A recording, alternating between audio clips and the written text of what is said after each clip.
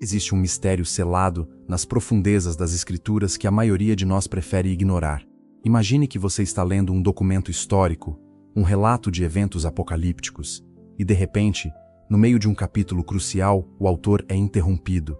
Ele ouve algo, um som tão grandioso e terrível, que ele se prepara para registrar as palavras, mas é impedido por uma força maior. O que foi dito? O que foi revelado naquele instante de silêncio absoluto? Se você busca compreender as peças invisíveis que sustentam a arquitetura do sagrado e deseja explorar o que realmente se esconde além das interpretações superficiais da escola dominical, inscreva-se no canal e ative as notificações, pois estamos prestes a descer ao nível das fundações.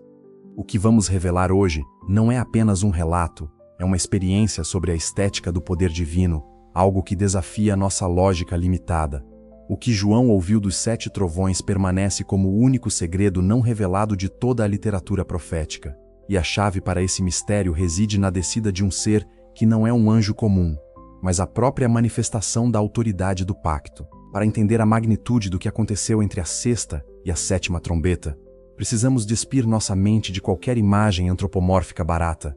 Não estamos falando de um jovem belo com asas de penas brancas e uma harpa. Estamos falando de um ser colossal, descrito com atributos que fazem a própria realidade física parecer pequena. O Apocalipse, no capítulo 10, nos apresenta este anjo do pacto.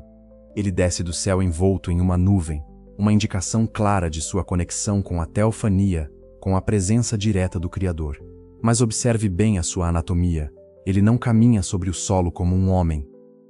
Ele se firma com uma precisão matemática e aterrorizante. O pé direito repousa sobre o mar e o pé esquerdo sobre a terra. Essa postura não é meramente descritiva. Ela abrange a jurisdição planetária total. Não há um centímetro quadrado da biosfera, da hidrosfera ou do solo deste mundo que não esteja sob a influência da sua autoridade. Ele é o Senhor de todas as fronteiras geográficas. Para ele, o mundo não é um mapa vasto, é apenas a base para o seu julgamento. Quando olhamos para a descrição do seu rosto, somos confrontados com uma intensidade que supera a capacidade do olho humano. Ele brilha com a força do sol ao meio-dia.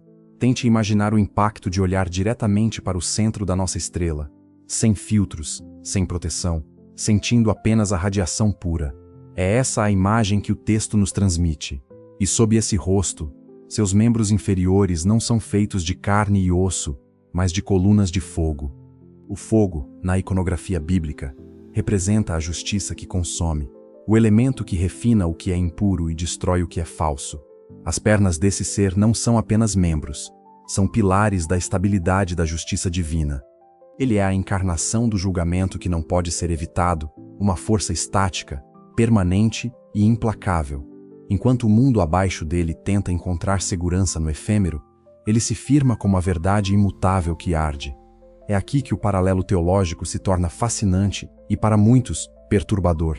Ao compararmos a descrição deste anjo com a visão que João teve de Jesus glorificado no primeiro capítulo do Apocalipse, descobrimos uma sobreposição de 85% nos detalhes anatômicos e estéticos. O rosto como o sol está lá em Apocalipse 1.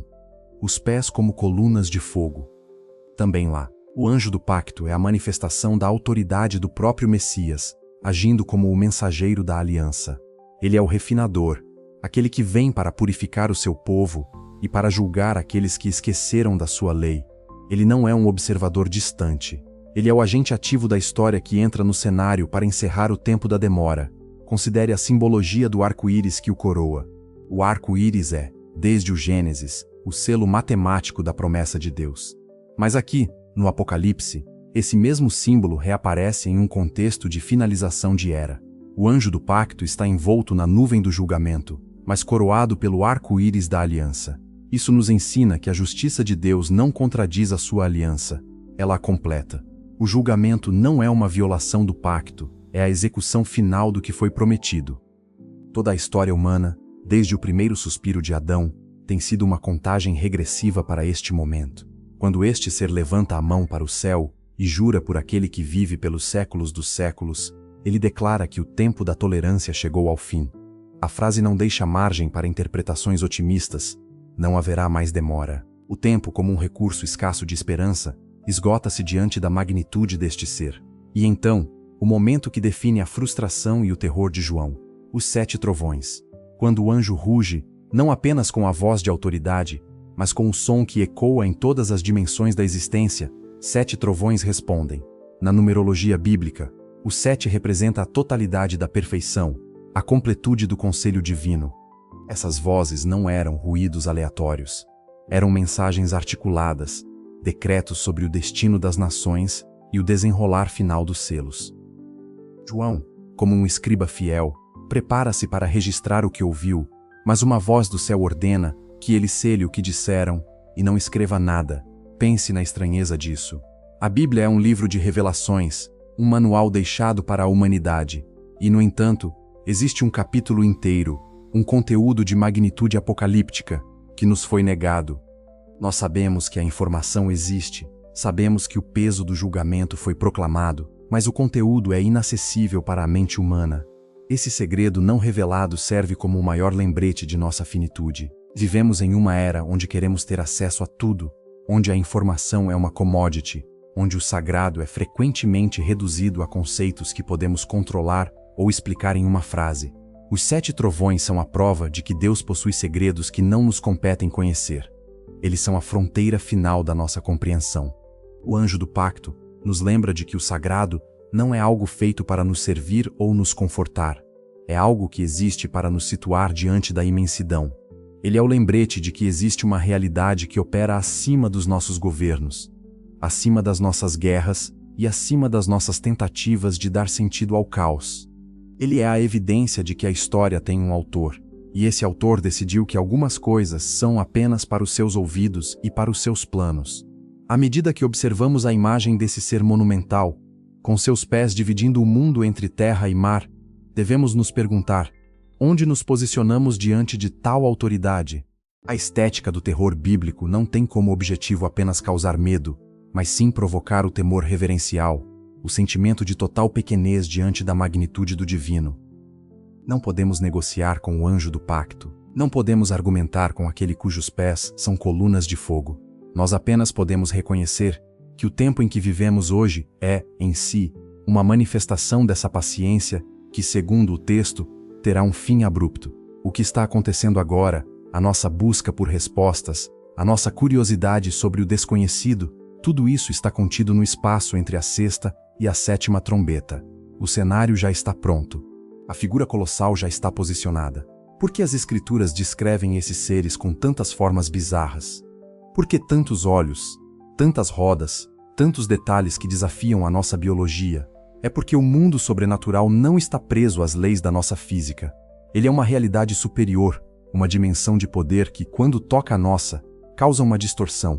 A beleza desses seres não é a beleza da simetria humana, mas a beleza da função perfeita e da autoridade absoluta. O anjo do pacto é a perfeição da missão. Ele não hesita, ele não se desvia, ele não se corrompe. Ele é a concretização do julgamento que limpa o caminho para a eternidade. Quando o vemos através das descrições bíblicas, percebemos que a nossa linguagem é insuficiente, que as nossas artes renascentistas foram apenas tentativas tímidas de capturar algo que é inerentemente inabarcável e, por vezes, aterrorizante. Estamos diante do limite do que pode ser revelado. O anjo do pacto permanece, em seu silêncio majestoso, sustentando o peso da promessa de Deus. Ele não é apenas um personagem de um texto antigo, ele é uma realidade que paira sobre a nossa existência atual. A cada vez que olhamos para a vastidão do mar ou para a firmeza da terra, estamos vendo a base sobre a qual ele se sustenta. O arco-íris, muitas vezes banalizado, é o lembrete constante de que o pacto ainda está em vigor, mas que o fogo também está se aproximando. A história não vai terminar em um suspiro, vai terminar em um rugido, vai terminar com a afirmação de que a demora acabou. O que João viu não foi um sonho, foi a antecipação de um encontro que toda a humanidade terá, um por um, no momento em que as trombetas cessarem. O estudo das Escrituras nos leva a lugares que não esperamos. Ele nos retira do conforto da superfície e nos submerge nas profundezas da própria natureza de Deus. Se hoje você sentiu o peso deste mistério, se a imagem deste ser colossal mudou a sua percepção sobre o que significa o sagrado, entenda que este é apenas o começo da nossa jornada. Há muito mais escondido, muito mais revelado nas entrelinhas do que a maioria dos olhos consegue ver. O que foi revelado aqui sobre o anjo do pacto é a fundação para entendermos todo o restante. Não podemos compreender o julgamento final sem compreender a autoridade daquele que o executa. Não podemos entender a esperança sem entender o temor. Reflita sobre isso nas próximas horas. O mundo ao seu redor, com suas rotinas e preocupações, é apenas a casca. Por dentro, a engrenagem do divino continua girando. O ser que pisa sobre o mar e sobre a terra não está esperando por nós. Nós é que estamos vivendo nos breves momentos antes de sua intervenção final. Não se engane pela calma aparente dos dias. O arco-íris ainda brilha, mas os pés de fogo já estão posicionados. O cenário está montado.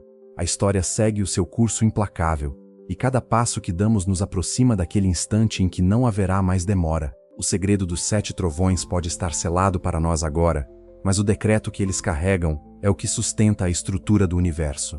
Se você deseja continuar desvendando a magnitude das Escrituras e prefere a profundidade do mistério à superficialidade do cotidiano, inscreva-se no canal agora mesmo. O Olhos do Trono não é apenas uma série de vídeos, é um arquivo de revelações visuais e teológicas para aqueles que não temem olhar para o que é colossal. Deixe o seu comentário abaixo sobre o que você acha que seria mais aterrorizante: a visão do rosto como o sol ou o som da voz que ruge como um leão. A sua interação ajuda a manter este compromisso com a verdade bíblica, permitindo que continuemos a produzir este tipo de conteúdo que desafia a nossa visão de mundo. O anjo do pacto é o lembrete de que toda promessa feita sob o arco-íris será, finalmente, cobrada sob o fogo. Agradecemos por ter acompanhado esta jornada até aqui. O silêncio que se segue após um trovão é sempre o momento mais tenso, e estamos vivendo exatamente nesse silêncio. Prepare a sua mente, pois a glória é terrível e o mistério está apenas começando a ser desdobrado. Até a nossa próxima exploração.